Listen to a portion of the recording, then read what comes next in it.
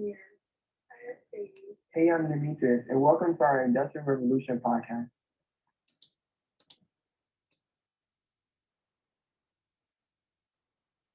In today's podcast, we're going to be talking about the second industrial revolution. Now, you may be thinking, what's the difference between the first industrial revolution and the second? Well, the second industrial revolution had new products, traveling methods, and forms of communications that were established. Rapid advance in the creation of steel and fossil fuels helped fuel production, including mass-produced consumer goods and weapons. It became far easier to get around on trains, automobiles, bicycles. At the same time, ideas and news spread via newspapers, telegraph, radios, and pamphlets. Now, the railway allowed people to flock to new cities and allowed people to travel newer places as well. Business boomed due to the railway with the mass increase of people and goods. All in all, the railway was a major success in all aspects of the Industrial Revolution, especially in time and distance. Railroads also allowed cheap transportation of materials and products, which in return led to cheap rails to build more roads. Both railroads and canals crisscrossed the states, providing a transportation infrastructure that fueled the growth of American commerce. Indeed, the transportation revolution led to development in coal, iron, and steel productions. Now, just imagine life before the revolution. People had to walk everywhere. That's a lot. That's a lot. Now, the second new industry that emerged during the Second Revolution is electricity. Electricity became very important during the Second Industrial Revolution in the late 1800s. Thus, the invention of electricity helped factories to increase their output by using electronic machines, stretching work hours to night shift, and it helped the invention of other items such as the telephone, light, and electric cars. Now, one of the inventions we're going to be talking about today is the electrical telegraph.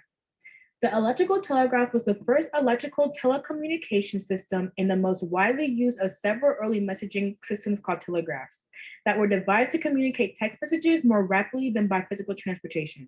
It impacted society by making it easier to transmit information quickly over long distances. The telegraph assisted the growth in the railroads. Instead of waiting weeks or even months for mail and news to arrive by boat, residents in rural and urban communities could use the telegraph and later telephones to almost instantly contact people and businesses in their other towns and countries. Now, the last industry that emerged during the Second Revolution was chemicals. During the Second Industrial Revolution, chemistry became the supply of new materials. Factories would use abundant substances like nitrogen and hydrogen to produce the basis of fertilizer, allowing more farms to open in different spaces and explosive industries for many years to come. Production increased from around 1760 when sulfuric acid became used as a fabric dye in place of the traditional bleaching technique using soured milk. Like mentioned before, explosives were created using chemicals. Now you may wonder who invented TNT and what was its significance.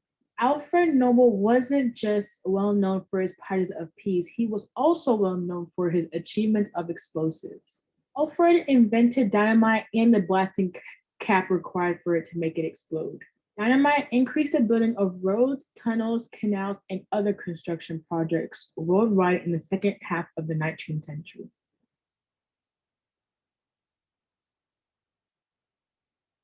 Now, finally moving on from new advancements in industry that emerged in the Second Revolution, we are now going to be talking about how transportation and communication affected migration during the 19th century. The Industrial Revolution had a significant impact on immigration. As more factories were built, more workers were needed to work in those factories. People began migrating to cities for work, and immigrants began to arrive in America in a larger number than ever before, as they looked for new employment opportunities. New inventions were seen throughout this era, and factories began to sprout across all of Europe. Factories centralized the production of food and common goods, resulting in increased migration to cities. One of the main reasons people moved west was for land. Lots of land, good soil for farming, and it could be brought at a cheap price. In addition, it was very crowded living on the East Coast. The population of the United States was growing at a very fast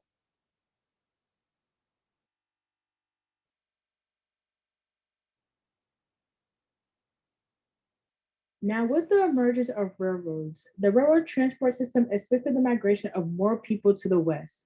Railroads were faster, cheaper, and had greater range than canals, but still grew only gradually at first. The transportation revolution produced the rapid growth of towns and cities. Before 1830, all of major cities in the West were on main rivers. As railroads became more popular in Europe, different countries became influenced, establishing railroads themselves. This allowed all countries to be connected, allowing people to travel easier and farther.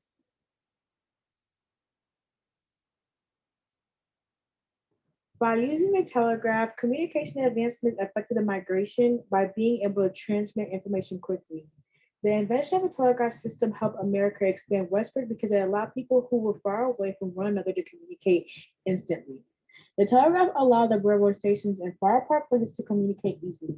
Gradually, lines were extended to other East Coast cities with the westward expansion of country and in addition of new territories to the Union, improved communication being a necessity. Became wealthy. Many work. Socialism emerged as a reaction to capitalism because as factory owners became wealthy, many workers lived in increasing poverty, laboring for long hours under difficult and sometimes dangerous conditions. Because of the horrible living and working conditions, socialism emerged as a response to the expanding capitalist system. It presented an alternative aimed at improving the lives of the working class and creating a more impartial society. In its emphasis on public ownership of the means of production, socialism contrasted sharply with capitalism. It contrasted so much because of capitalism focusing on a free market system. Furthermore, this caused the workers to form their clubs in order to protect their interests. Some of these clubs are sitting in gymnastics, while on the other hand, the middle class and wealthy people founded museums and chambers of commerce. In conclusion, socialism emerged as a reaction to capitalism because of the horrible living conditions and working conditions that were forced on the people because of the heavy focus on manufacturing. Industrialization brought abundant wealth to Great Britain. As a result, other countries like Russia, Germany, Italy, and the United States also sought to industrialize, so they could accumulate wealth too. Soon after industrialization came to the United States, it became a significant powerhouse in the industrial world. Russia became the fourth leader in steel production, while the United States became the most powerful because of the huge wave of immigrants that migrated to the U.S. This was good for the factories in the United States because they required unskilled workers to keep their machines up and running. This is also perfect for the US because they desired to pay their workers the bare minimum. On the other hand, in Russia, workers were paid barely anything and the working conditions were quite harsh. Furthermore, in Russia, they were heavily focused on building roads. This led to the construction of the Trans-Siberian Railroad, which stretched all the way from Moscow to the Pacific Ocean. Once the railroad was finished, Russia had increased trade with eastern states like China.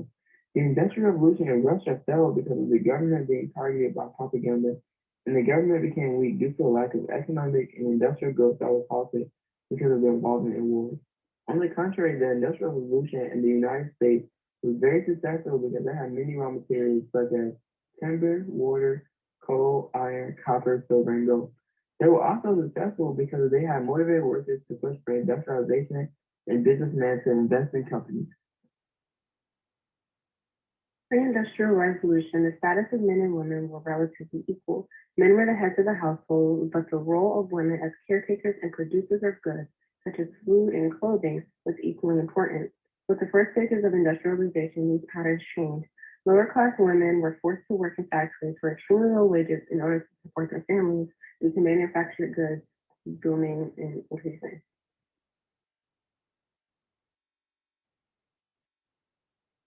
Opposed to lower class women, middle class women didn't have to work in factories, but they were required to work in the house, causing the notion of women staying home to clean and cook a new way of life for them and becoming popularized during this time. Education became more important in the Industrial Revolution age because there was a need for more people with technical and manageable skills. People also believed that economic development depended on having this knowledge.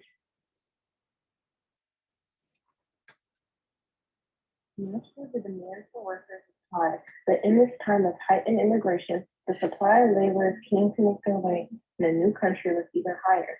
This helped empower industry bosses and their working conditions were far from ideal. The Industrial Revolution brought not only new job opportunities, but new laborers to the workforce. Children by 1900, at least 16% of all American workers were under the age of 16. The Industrial Revolution created the need for Europe to take over colonies around the world. Because the Industrial Revolution increased the production capacity of Western states astronomically, there was an enormous hunger